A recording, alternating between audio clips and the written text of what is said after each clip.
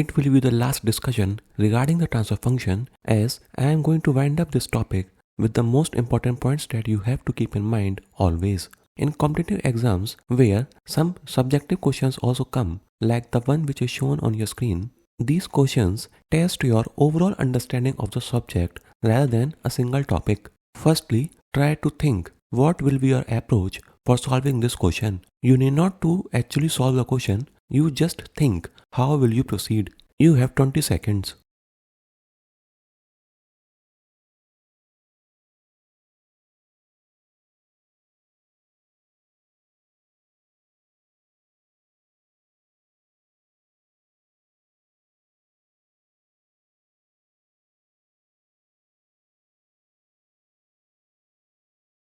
The question is, the provided electrical network with shown input and output voltages has initial current and voltage values of 2 ampere and 4 volt at inductor and capacitor respectively. The first part of this question is, state the transfer function for the given output and input. We have to first convert the provided network from time domain to frequency domain. Now, the important point you have to keep in mind is that for the transfer function, the initial values are never considered. The conversions of inductor and capacitor from time domain to frequency domain is not complete as it has ignored the initial values.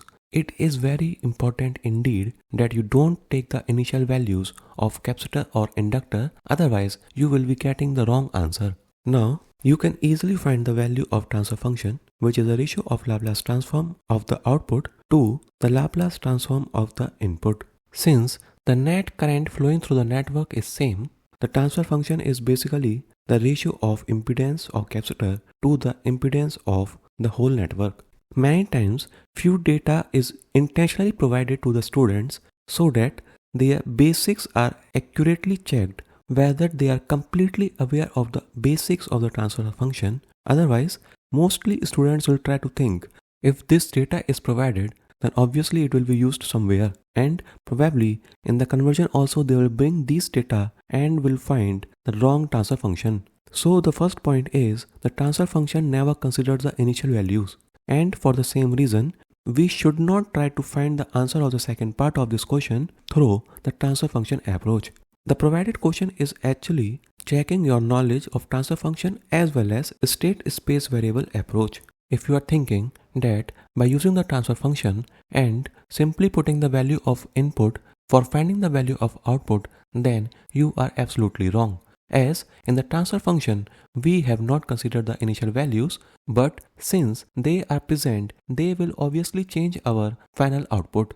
Now let us see another question which is more or less the same question as we saw just now. Consider a system whose input and output are interrelated with a differential equation. Also, the initial input value is also provided, which is equal to 4. Since no other values are provided, we will assume them to be 0. The first part of the question is we have to find the transfer function for the given system.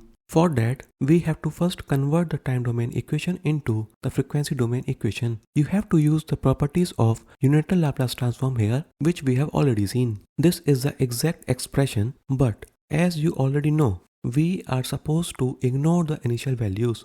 These values were already not provided at all, and the initial value of input, even though it is provided, we still have to ignore it. Afterwards, we can easily find the transfer function. And again, for the second part, we should not be using transfer function approach, as if you try to solve the question with transfer function approach, then you will be requiring a good knowledge of differential equations, and it will also make your solution a little bit lengthier. The better approach will be to use state space variable approach. Recall that the transfer function approach gives only the 0 state response. For 0 input response, you will have to solve separately. That's why the transfer function approach is not recommended for the second part of this question.